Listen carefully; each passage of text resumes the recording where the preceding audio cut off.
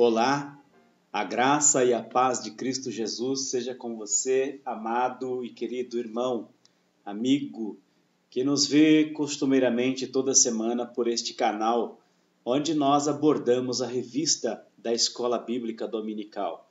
Toda semana, uma nova lição, um novo tema, e nós entramos por fim à lição de número 5. Chegamos à lição de número 5, proposta para o dia 3 de maio de 2015, que diz o seguinte: Jesus escolhe seus discípulos. Semana passada nós vimos aqui acerca da tentação de Jesus, o momento da sua tentação, e logo em seguida então entramos à lição de número 5, onde abordaremos acerca da escolha de Jesus aos seus discípulos. O texto áureo se encontra em Lucas capítulo 14, o versículo 27, que diz: E qualquer que não levar a sua cruz e não vier após mim, não pode ser meu discípulo. Qualquer que não levar a sua cruz e não vier após mim, não pode ser meu discípulo. Ou seja, discipulado envolve levar a cruz e ir após Cristo. São duas coisas que estão unidas. Seguir Jesus abraçado com o seu propósito, com o seu objetivo, com aquilo que é de maior no cristianismo, que é a cruz de Cristo, que é a mensagem central, o evangelho propriamente dito, que é a crucificação, a morte do Cordeiro, para que haja vida a todo aquele que nele crê. Louvado seja Deus.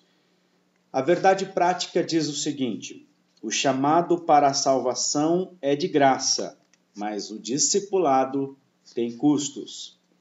A leitura bíblica em classe deverá ser feita no Evangelho de Jesus, segundo escreveu Lucas, que é o tema nosso deste trimestre, do capítulo 14, versículos 25 ao versículo de número 35.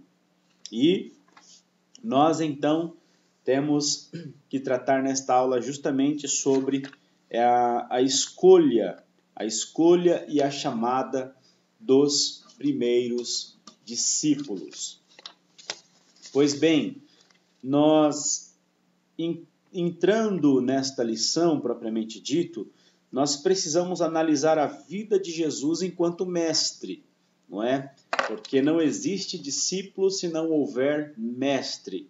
E Jesus, como mestre, tem o seu tipo de ensino, o método de ensino, o modo de ensino de Jesus. Em diversas passagens, inúmeras passagens bíblicas do Novo Testamento, nós vamos ver que Jesus tinha o seu ministério focado no ensino, não é? Jesus focava o seu ensino, o seu método no ensino, usava muito isso. E todos maravilhavam-se do ensino de Jesus. Está escrito lá no capítulo 4, versículo 20 de Lucas, não é? Todos se maravilhavam dos seus ensinos. Na sinagoga, no capítulo 4, versículo 20, vamos ler. Lucas 4, 20. Então ele fechou o livro, devolveu-o ao assistente e assentou-se. Na sinagoga, todos tinham os olhos fitos nele. Ora, o seu ensino chamava a atenção. Todos estavam olhando para Jesus. E também era algo diferente. Seu ensino era algo diferente. Mateus, capítulo 7, e os versículos 28 e 29. Mateus 7, 28 e 29, que dizem: Quando Jesus acabou de dizer estas coisas, as multidões estavam maravilhadas com o seu ensino, porque ele as ensinava como quem tem autoridade e não como os mestres da lei. Então as pessoas se admiravam do método de Cristo. O método de Cristo era o ensino, as pessoas se maravilhavam, na sinagoga era perceptível e por fim todos percebiam que ele ensinava como quem tem autoridade e não como aqueles de seu tempo que ensinavam costumeiramente, não é? Sem ter autoridade. Jesus era diferente. Também o seu ensino, ele tinha origem divina, não é? E tinha autoridade.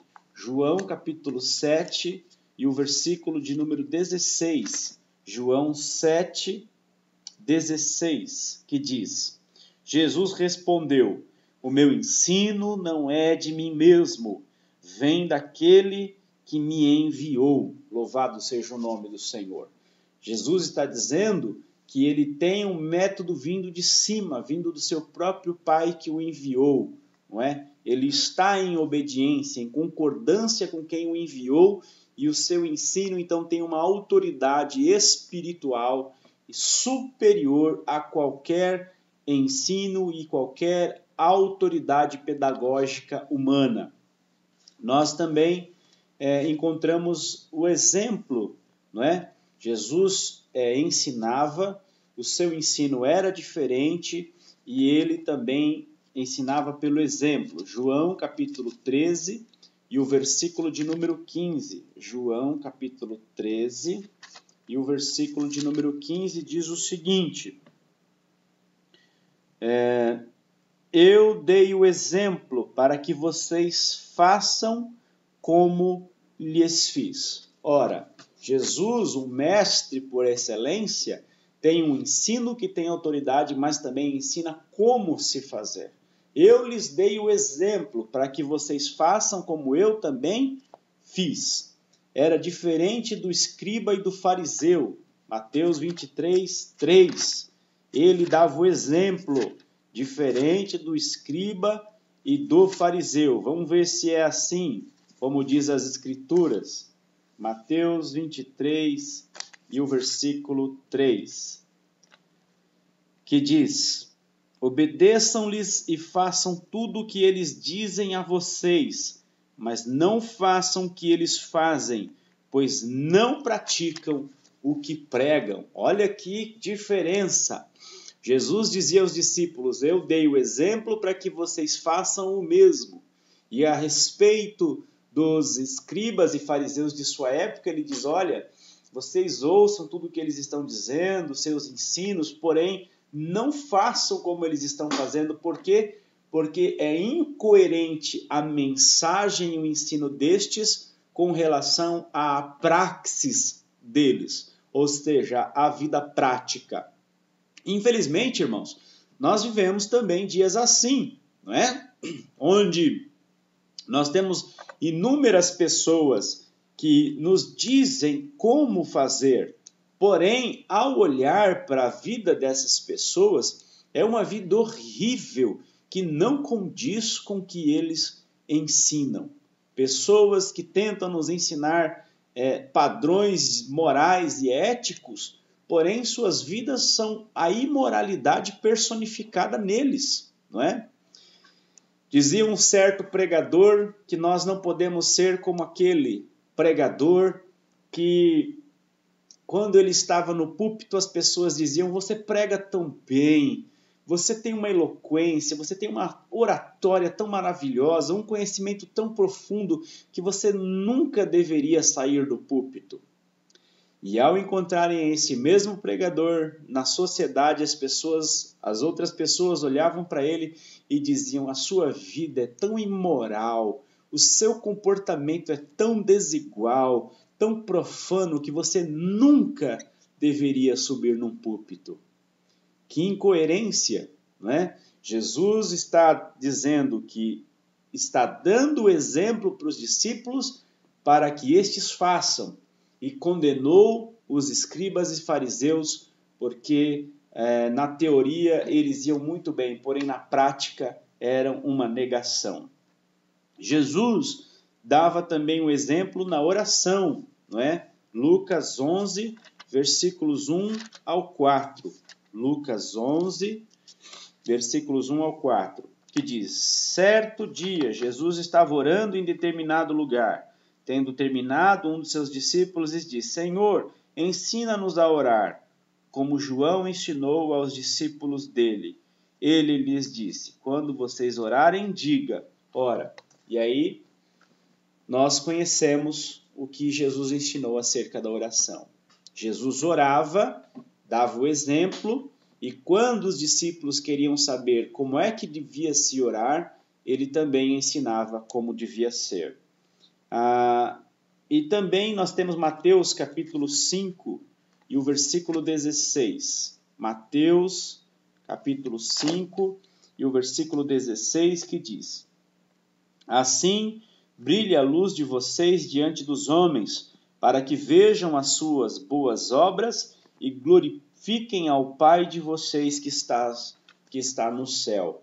Ora, Jesus falou que o cristianismo é um cristianismo de praxis cristã, de prática, de exemplo, que nós também devemos atuar para que pela nossa atuação, a nossa boa atuação, sirva de exemplo para que as pessoas, vendo as nossas ações, a nossa fé em prática, elas glorifiquem o Pai que está no céu.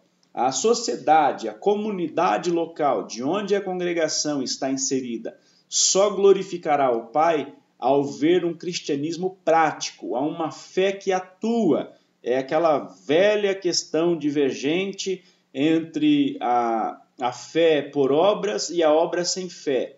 Então, uma fé que não atua não causa isso que Jesus está recomendando aqui, não é? Uma atuação que causa na comunidade local, causa na sociedade, uma glorificação ao Pai, onde o Pai é glorificado por uma igreja atuante, uma igreja que milita, uma igreja que atua, uma igreja que está inserida em todas as camadas da sociedade, que ela está penetrando por todos os âmbitos da vida de cada pessoa, não atingindo somente a alma. Aí tem a questão da missão integral e nosso aí precursor é o pastor René Padilha, não é?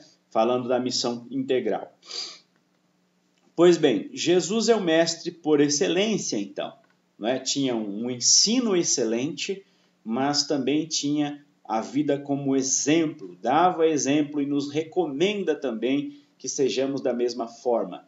Sejamos aptos, sejamos dotados de capacitação para o ensino, mas também para com a vida prática. Ou seja, o ensino pelo método didático, mas também o ensino pela vida comum, no nosso mostrar ou demonstrar diário aquilo que nós vivemos pela fé. Então, tem alguém que dizia que naquele período a vida de discipulado era muito comum, não é? E eles falavam muito sobre isso. E o finalzinho do que eu peguei do comentarista é que os discípulos são os que ficam cobertos pelas poeiras de seus rabis, de seus mestres. Olha que frase interessante. Dizendo que os discípulos são aquelas pessoas que ficam cobertos pelas poeiras de seus ensinadores, de tão próximo que eles convivem com seus ensinadores, que eles são impregnados pela poeira de seus mestres. Num segundo momento, nós precisamos então explicar como se deu o chamado dos discípulos. Como se deu o chamado dos discípulos? Então, o método para esse chamado é diverso. Né? Marcos capítulo 1, versículo 16 e o versículo de número 20. Marcos capítulo 1. Marcos capítulo 1, versículos 16 ao versículo de número 20, que diz: andando à beira do mar da Galileia, Jesus viu Simão, seu irmão André, lançando redes ao mar, pois eram pescadores. E disse-lhes: sigam-me e eu os farei pescadores de homens. No mesmo instante, eles deixaram as suas redes e o seguiram. Indo um pouco mais adiante, viu num barco Tiago, filho de Zebedeu, e João, seu irmão, preparando as suas redes. Logo os chamou e eles o seguiram, deixando seu pai Zebedeu com os empregados no barco.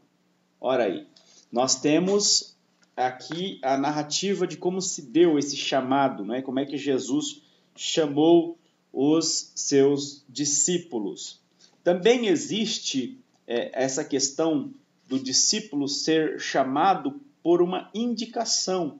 João, no capítulo 1, versículos 35 ao 39. João, capítulo 1, versículos 35 ao 39. No dia seguinte, João estava ali novamente com 2 dos seus discípulos. Quando viu Jesus passando, disse: "Vejam, é o Cordeiro de Deus." Ouvindo dizer isto, os 2 discípulos seguiram Jesus. Voltando-se, vendo Jesus, que os 2 o seguiam, perguntou-lhes: "O que querem?" Eles disseram: "Rabi", que significa mestre, "onde estás hospedado?" Respondeu ele: "Venham e verão." Ora, então nós vemos aí a indicação de João acerca de Cristo. Então Jesus tem discípulos que também foram indicados por João o Batizador, ou Batista, não é? Que é o significado do seu nome. Lucas, no capítulo 9. Lucas, capítulo 9, versículos 57 ao versículo de número 62. Vamos ler o que está escrito. Quando andavam pelo caminho, um homem lhe disse: "Eu te seguirei por onde quer que fores." Jesus respondeu: "As raposas têm suas covas e as aves dos céus têm os seus ninhos, mas o Filho do Homem não tem onde repousar a cabeça." A outro disse: "Siga-me." Então, nós vemos que alguns também se ofereciam para ser discípulo de Jesus. Também é um método, se oferecer. Nós encontramos aí no texto um homem que tentou se oferecer para segui-lo. E mesmo assim Jesus disse para outro: "Siga-me", não é? Por amigos também. João, no capítulo 1, do 40 ao 42. João, capítulo 1, versículos 40, 41 e 42. Que diz o seguinte: André, irmão de Simão Pedro, era um dos que tinham ouvido o que João dissera e que haviam seguido Jesus. O primeiro que ele encontrou foi Simão, seu irmão, e lhe disse: "Achamos o Messias, isto é, o Cristo." E o levou a Jesus. Jesus olhou para ele e disse: "Você é Simão, filho de João, será chamado Cefas", que traduzido é Pedro. Então, nós temos aí também amigos que levaram outros discípulos a Jesus. Que interessante também esse método, não é? Que nós também fazemos isso. Nós também procuramos levar pessoas a serem discípulos de Cristo Jesus.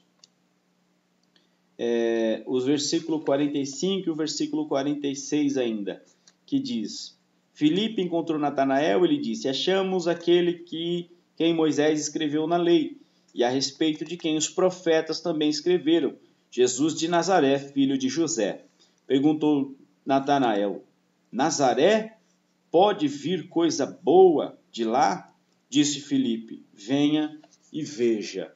Então, nós temos aí os amigos buscando também o Natanael para se ajuntar ao grupo dos discípulos de Jesus. Lucas agora no capítulo 6, vamos ver Lucas 6, versículos 13 ao versículo de número 16, que diz: Ao amanhecer, chamou seus discípulos e escolheu 12 deles, a quem também designou apóstolos. Simão, a quem deu o nome de Pedro, seu irmão André, Tiago, João, Filipe, Bartolomeu, Mateus, Tomé, Tiago, filho de Alfeu, Simão, chamado Zelote, Judas, filho de Tiago, e Judas Iscariotes, que veio a ser o traidor. Ora, dentre esses que ele chamou, não é? Dentre esses muitos discípulos, o próprio Jesus escolheu 12, não é? Então, há esse método também da escolha dentre os discípulos, alguns ou um número mais reduzido daqueles que continuarão seguindo mais de perto.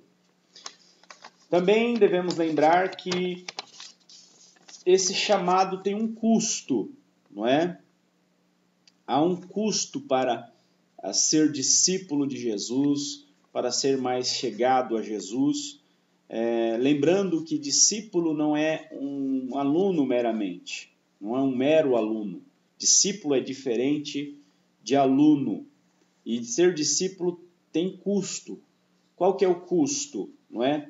Porque vai ser necessária convivência, vai ser necessário uma convivência e uma aproximação dioturna, não é? Viver dioturnamente com Jesus, isso traz um custo muito grande. E dentre eles temos o arrependimento, a renúncia, a submissão, o envolvimento e a participação. Hoje, infelizmente, digo acho que pela nossa situação de metrópole, megalópole como é São Paulo, e acredito que se dá o mesmo problema em outras grandes capitais, Rio de Janeiro, Curitiba, Porto Alegre e por aí vai, que nós temos uma dificuldade nas igrejas que é um povo que está cansado, trabalha muito, estuda, os filhos na faculdade e tal, são pessoas que vêm para a igreja, mas não querem mais se envolver, não têm mais tempo para participar de um discipulado, porque a vida é muito corrida, e são muitos os afazeres, existem responsabilidades sociais nessas grandes capitais, e essas pessoas então não podem mais serem discipuladas. É um grande problema que nós enfrentamos hoje nas grandes capitais, quiçá também nas cidades pequenas ou interioranas de nosso país. E eu acredito, então, que não tem como haver discipulado ou tem se diminuído o discipulado nessas grandes capitais justamente por isso. Como é que essas pessoas vão renunciar? Como é que essas pessoas vão desenvolver submissão? Como é que essas pessoas vão poder se envolver? E como é que essas pessoas poderão participar? Cada vez mais essas pessoas dessas grandes igrejas, das grandes capitais, querem se envolver menos, não é? São pessoas que querem ir ao culto, se beneficiar de uma mensagem, regressar para suas casas e pronto, não é? Não querem nada mais do que isso. E não tem como haver discipulado se não houver envolvimento, andar junto, caminhar junto, não é? Isso é muito necessário. Daí surge a questão dos pequenos grupos ou os grupos menores para essas igrejas que são muito grandes e têm muitos membros. Os grupos menores ou grupos familiares é que eles têm procurado para dar algum resultado, não é? Que são cultos em casas, separadas por bairros, onde esses irmãos tentam frequentar essas reuniões de grupos familiares para poder ter algum tipo de aproximação com o líder. Daí o grande problema da igreja em célula. Não que a célula seja ruim, não que esse trabalho seja errado, mas a dificuldade de se ter líderes para discipular alguém.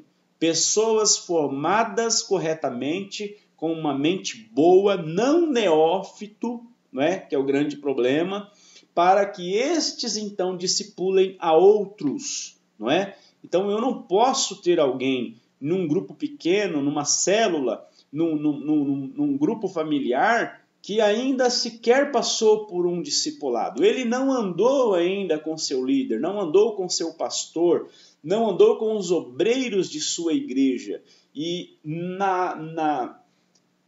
no calor do crescimento da igreja, da comunidade local, ele se vê obrigado a ajudar outros, não é? E aí, se não tiver preparo, se se não houve um discipulado, isso pode trazer sérios problemas para esse tipo de líder, não é? Porque vai ter que lidar com problemas que ainda não está preparado. Não é de todo errado. A grande questão é justamente que eu não posso pôr para discipular alguém que nunca foi discipulado. Pois bem, Lucas, no capítulo 14, versículos 25 ao 27, é justamente o que nós lemos aqui na leitura, né? Lucas 14, 25 ao 27. Uma grande multidão ia acompanhando Jesus. Este, voltando-se para ela, disse: Se alguém vem após mim e ama seu pai, sua mãe, sua mulher, seus filhos, seus irmãos e irmãs, e até a sua própria vida mais do que a mim, não pode ser meu discípulo. E aquele que não carrega a sua cruz e não me segue, não pode ser meu discípulo. Tem um custo, né? Devemos frisar bem isso. Ser discípulo tem custo. Essa mania de pastorado que existe entre nós não é outro problema senão de discipulado, não é? Pessoas que não querem passar pelo custo do discipulado e acabam aí se sentindo prontos para serem líderes, não é? Acabam dividindo igrejas, causando confusão, dissensão. As aberrações teológicas, os erros doutrinários, as heresias surgem de homens que não passaram pelo custo do discipulado e quiseram se tornar líderes sem nunca terem sido liderados. Num terceiro momento, nós precisamos saber como foi o treinamento dos primeiros discípulos, não é? Como é que se deu este tipo de treinamento? A mudança de destino, não é? Houve aí então essa questão. A cruz, muito bem falada, no capítulo 9, versículo 23. 9, 23 de Lucas. 9 e o versículo de número 23. Jesus dizia a todos: se alguém quiser acompanhar-me, negue-se a si mesmo, tome diariamente a sua cruz e siga-me. É um outro rumo. É o rumo da cruz, é o rumo da autonegação, é o rumo da aceitação do propósito de Cristo, não é? Que é a redenção da humanidade pela morte. A autonegação é o princípio disso daí. E o capítulo 14, o versículo de número 27. Lucas 14, 27. Que diz: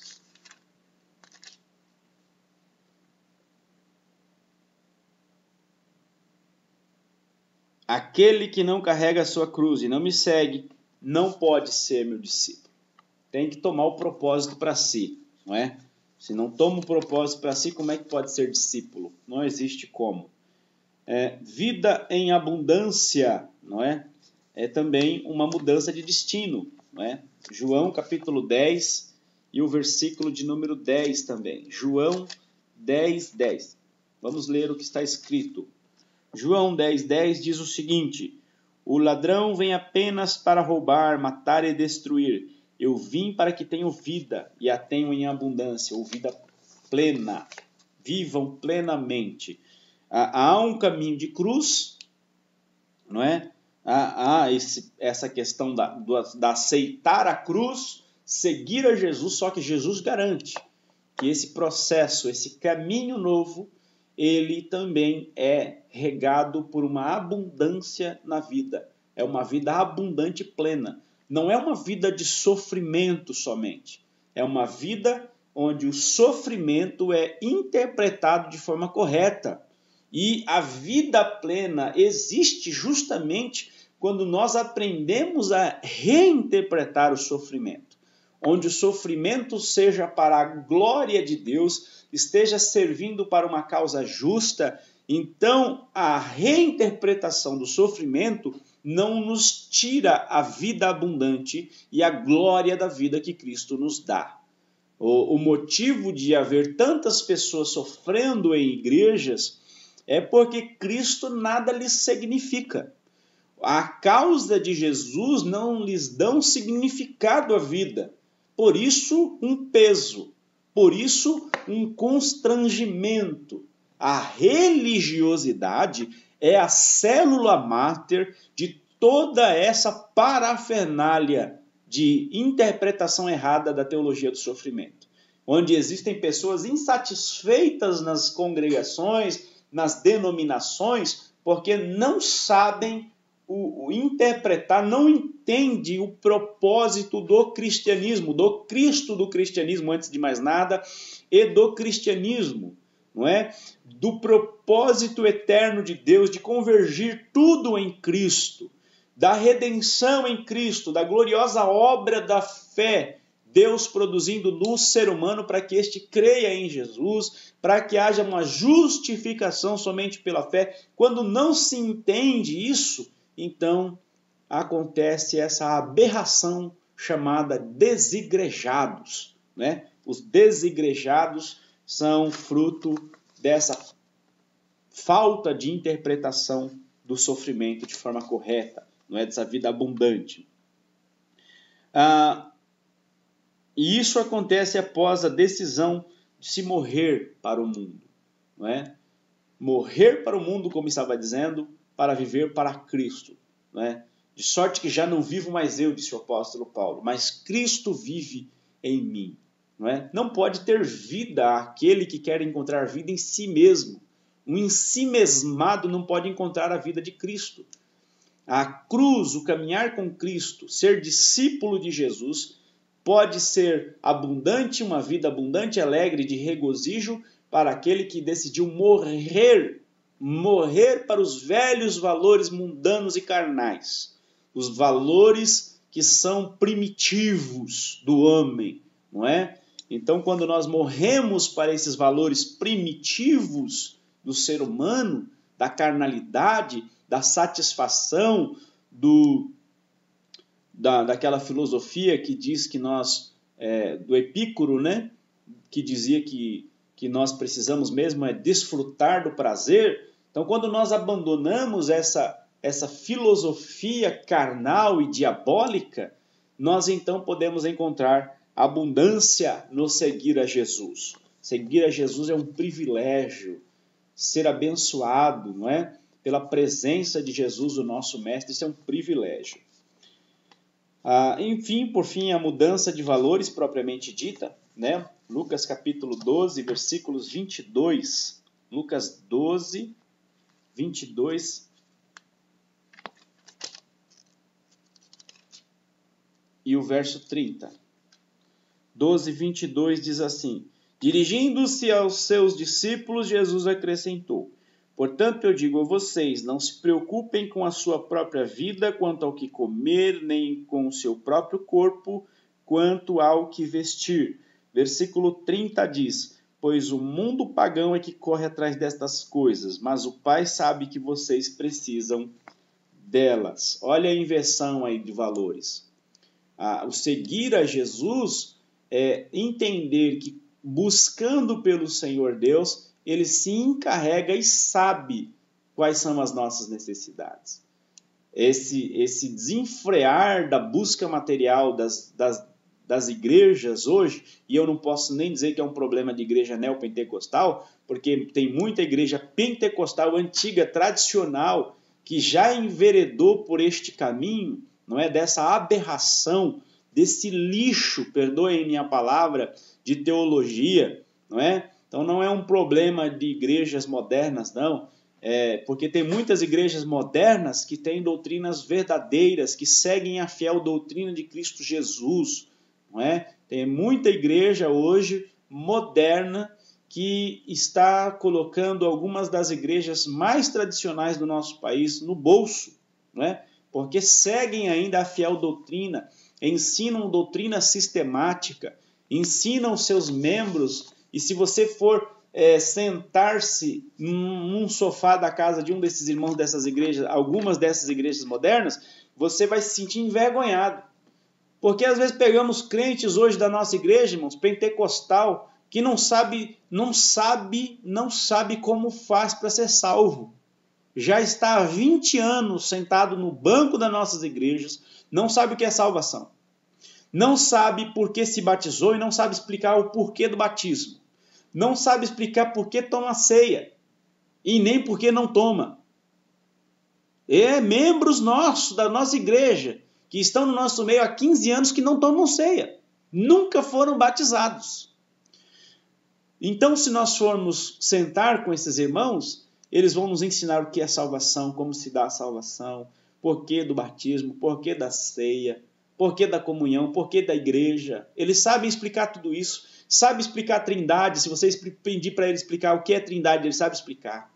Sabe explicar a divindade de Jesus, sabe explicar a soberania de Deus, sabe explicar a economia de Deus, sabe explicar todas essas coisas, não é? Então, não é um problema de ser moderno ou ser tradicional, porque nós estamos vivendo uma nova fase de discípulos que seguem a Jesus, de pessoas que seguem a Jesus, discipulam outras pessoas e que estão fazendo isso. A inversão de valores. Então, como ia dizendo, essas igrejas, até mesmo tradicionais, inverteram o foco, estão buscando as coisas que são da terra, negligenciando a exortação, dizendo para nós, inclusive o presbítero Marcos Aquino falou aqui quarta-feira passada, retrasada, antes buscai, pensai nas coisas que são de cima, não é?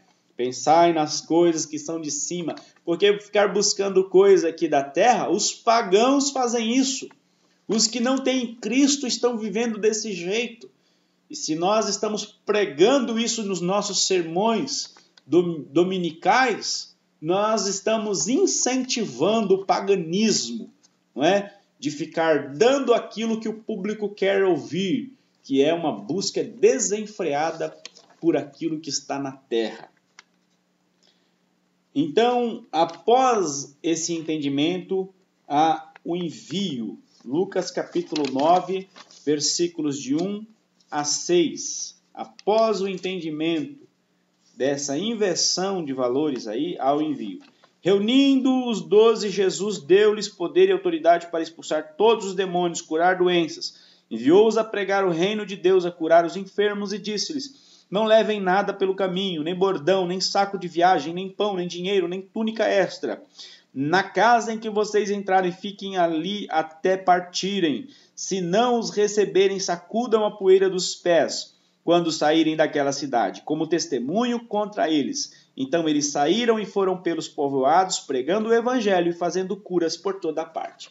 Ora, após entenderem que a forma do reino é diferente, o discipulado trouxe para eles uma inversão de valores, não é? Para não viver de forma pagã em busca por bens materiais, então eles foram enviados. E na recomendação de Jesus para viverem desse modo, não é? Não buscando viver de forma regalada, não buscando ficar com medo de não haver provisão, mas na total dependência daquele que o estavam enviando, de quem estava enviando-os, não é? A dependência era total. Nós também devemos aqui analisar a missão de Jesus e de seus discípulos. Não é? Tem uma missão. Que missão é essa? Pregar e ensinar. O pregar aí do grego kerissô, não é? Que é proclamar como um arauto. Não é? O arauto é aquele homem que ia adiante do rei.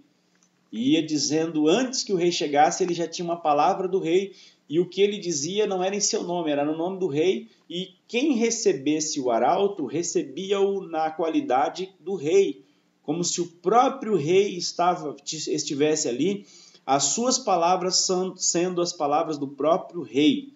Então, o pregar deve ser assim, não é? Proclamar dessa forma. Também como missão de curar e libertar. Curar e libertar. Uma pregação que atinge todas as áreas, não é? A exortação de Paulo aos Tessalonicenses lá, né? Que o mesmo Deus de paz vos santifique em todo o vosso corpo, alma e espírito, não é? Uma tríade. O homem é composto, né? Composto, corpo, alma e espírito. Então, a missão do discípulo, o discipulado, deve alcançar corpo, alma e espírito. Deve haver cura, deve haver libertação por intermédio da pregação, por intermédio do ensino. Deve alcançar o corpo, deve alcançar a alma, a mente, o espírito de todo ser humano. Esse ou essa é a nossa missão ao discipularmos. Mateus, capítulo de número 8. Vamos ler Mateus, capítulo de número 8.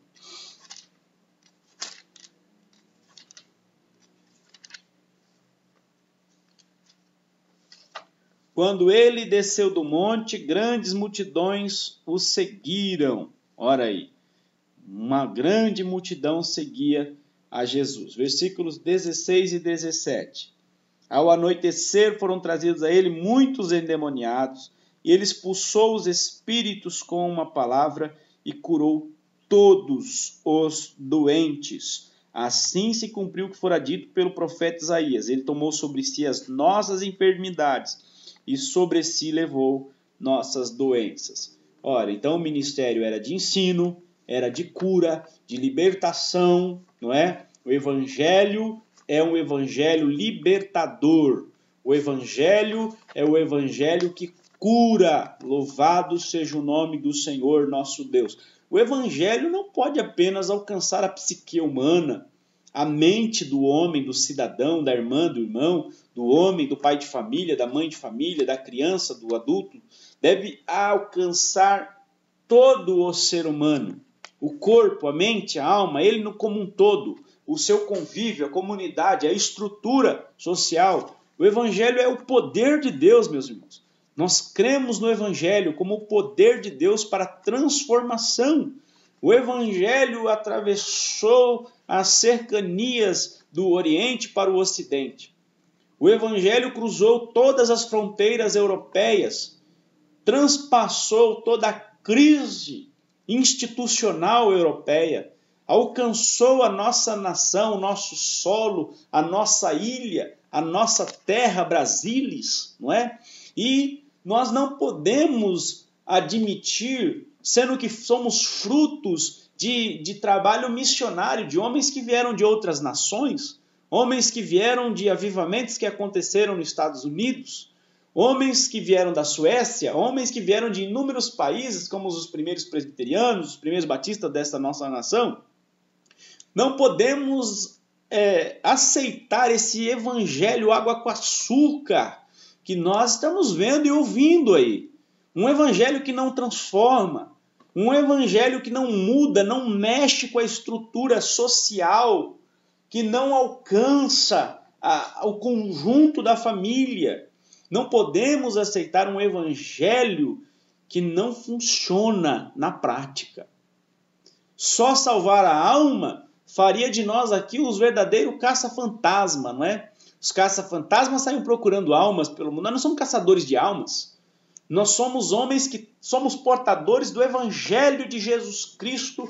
E esse bendito evangelho de Jesus não é somente para a alma, é para o ser humano no seu todo, porque foi o Senhor quem nos criou, corpo, alma e espírito, e esse evangelho é para a transformação de todo o nosso ser, toda a nossa família, toda a nossa estrutura familiar, de toda a estrutura da comunidade local, da estrutura social do nosso convívio. O evangelho precisa sair desse modelo que não sei de onde foi que veio, que não muda nada, não transforma nada, só serve para bestializar os seus ouvintes, para dar dinheiros para as bestas feras que ficam ensinando de forma errada. Um evangelho que só serve para pôr cabresto nos seus membros, para encher os bolsos, enriquecerem uma minoria sem vergonha e desajuizada. Me perdoem a palavra. Porque o evangelho não pode ser usado somente para ficar enchendo cofres particulares, de homens enfatuados no seu egoísmo. O Evangelho precisa mudar a situação do local, da família, da comunidade, do todo. Precisa dar nova perspectiva, nova visão, precisa cambiar, mudar o modo vivente da pessoa. Isso é o poder de Deus no Evangelho. O Evangelho é isso. Não podemos limitar o Evangelho a uma só doutrina, a uma área do que temos na palavra de Deus. Pois bem, também nós temos o capítulo 4, o versículo 23, também Lucas 4:44. O reino se inicia no anúncio do Evangelho e esse desfaz toda a cadeia, como eu estava dizendo. Desfaz toda a cadeia social, moral, espiritual e física. Um discipulado serve para isso. É assim que funciona o discipulado. Se não for assim, nós vamos ter aí no futuro igrejas fracas. Se não for assim, se é que teremos igrejas no futuro. Se nós não tomarmos uma iniciativa de permanecer na palavra, no Evangelho, de ler e reler a palavra de Deus, as cartas, as doutrinas fundamentais do cristianismo, se nós não regressarmos, meus irmãos, à profundidade da palavra, não vai haver igreja para os nossos filhos congregarem-se. Eles não encontrarão igrejas com doutrinas sólidas. Eles não encontrarão um lugar que lhes ensinarão uma palavra de vida que mudará o seu destino. Nós, infelizmente, não dormiremos em paz se isso não for assumido agora. Tenhamos uma aliança com Deus, um compromisso, um pacto com o Senhor, de que sejamos discípulos daqueles que estão nos discipulando de forma honesta, de forma obediente, de forma a tal ponto que nós também estejamos prontos a discipular. Um discipulado que não serve para me motivar a discipular, a fazer novos discípulos, tem alguma coisa errada. Uma igreja que não evangeliza, uma igreja que não reproduz discípulos, que não continua, que não dá continuidade, está fadada ao fracasso. O discipulado gera pessoas com fome de fazer novos discípulos, de agregar, de ajuntar para a transformação. Que Deus em Cristo te ajude e te abençoe. Um ótimo domingo, uma ótima aula. Discípulo, servo de Jesus. Que o Senhor te ajude a discipular os alunos de sua sala. Mais de que sejam mais do que alunos. Que Deus a mim também, a todos nós, nos ajude a que os nossos alunos sejam muito mais do que alunos, sejam discípulos. Que por fim nós possamos dizer, como disse o apóstolo São Paulo, que nós infelizmente aprendemos errado. Não é? Alguém nos ensinou, não vem por mim não, senão você erra, não fica de olho em mim não, que senão você peca. Não é? Aí tem um ditado popular que diz, não me acompanha que eu não sou novela. Não é? Mas que nós possamos dizer como disse Jesus, sede meus imitadores, porque eu sou imitador de Cristo. Um ótimo domingo, uma ótima aula, em nome de Jesus. A paz do Senhor. Amém.